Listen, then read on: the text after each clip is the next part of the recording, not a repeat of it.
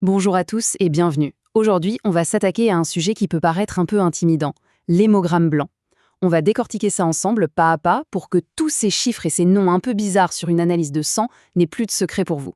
Allez, c'est parti. On s'est tous déjà retrouvés un peu perdus devant une feuille de résultats du labo, pas vrai? Des lignes, des chiffres, des abréviations partout.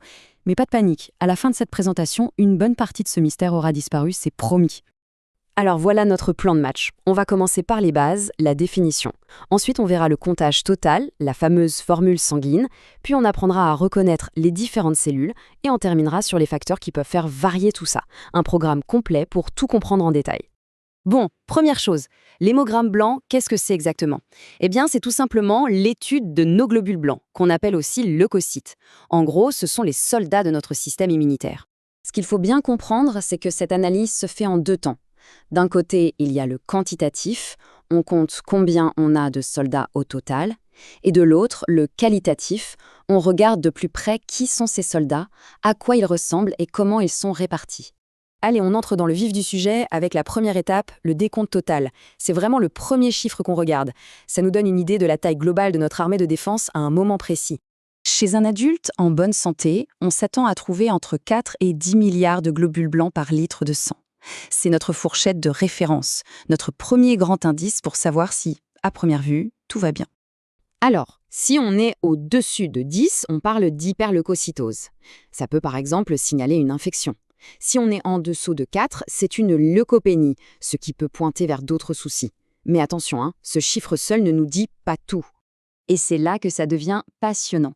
La deuxième étape, la formule sanguine. C'est bien de savoir qu'on a une armée, mais c'est encore mieux de savoir de quoi elle est composée. Combien de fantassins? Combien d'archers? C'est ça qui va nous donner la stratégie de défense du corps. Et là, attention, c'est le point le plus important de tout ce qu'on va dire aujourd'hui. Les résultats sont souvent donnés en pourcentage, mais ça peut vraiment être trompeur. Pour bien comprendre ce qui se passe, il faut impérativement, et je dis bien impérativement, raisonner en valeur absolue. Alors, comment on fait pour l'avoir, cette fameuse valeur absolue? Eh bien, c'est un calcul tout simple, mais fondamental.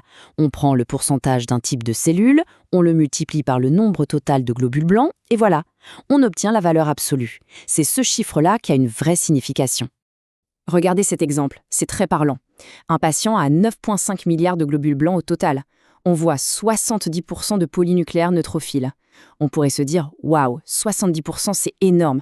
Mais quand on fait le calcul, on tombe sur 6,65 milliards par litre, ce qui est tout à fait dans la norme. Ça montre bien pourquoi le pourcentage seul ne veut rien dire. Et comme si ce n'était pas assez compliqué, parfois il y a des petits pièges. Les machines qui font les comptages sont ultra performantes, mais elles ne sont pas parfaites. Il y a un cas bien précis où elles peuvent se faire avoir.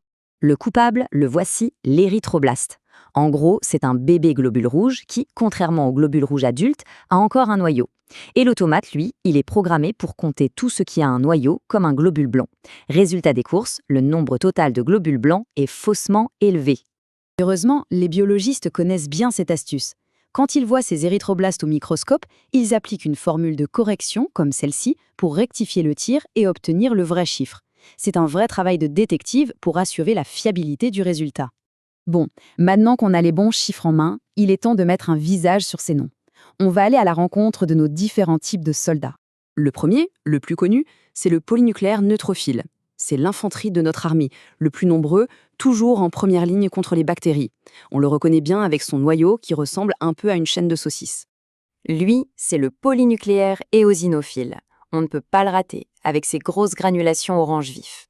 C'est le spécialiste de la lutte contre les parasites et il est aussi très actif dans les réactions allergiques. Voici maintenant le plus mystérieux du groupe, le polynucléaire basophile. Il est très rare et ses énormes granulations violet foncé cachent presque tout le temps son noyau. C'est un peu un agent secret qui intervient dans l'inflammation. On passe au lymphocyte. Lui, c'est le cerveau de l'opération. Le général. Il est responsable de notre mémoire immunitaire, de la fabrication des anticorps. Sa marque de fabrique, un énorme noyau bien rond qui prend presque toute la place dans la cellule. Et enfin, le monocyte. C'est le poids lourd de l'équipe, le plus grand de tous. C'est le service de nettoyage de l'organisme. Il vient dévorer les microbes et les débris qui traînent. On le reconnaît à sa grande taille et à son noyau qui a souvent une forme de haricot ou de fer à cheval. Pour finir, il y a un point essentiel à garder en tête. ces chiffres ne sont pas fixes, ils ne sont pas gravés dans le marbre. Il y a plein de facteurs tout à fait normaux qui peuvent les faire bouger d'un jour à l'autre. Par exemple, l'âge, un enfant a naturellement beaucoup plus de lymphocytes qu'un adulte. La grossesse, le fait de fumer, ou même un jogging intense juste avant la prise de sang, tout ça peut faire grimper les chiffres.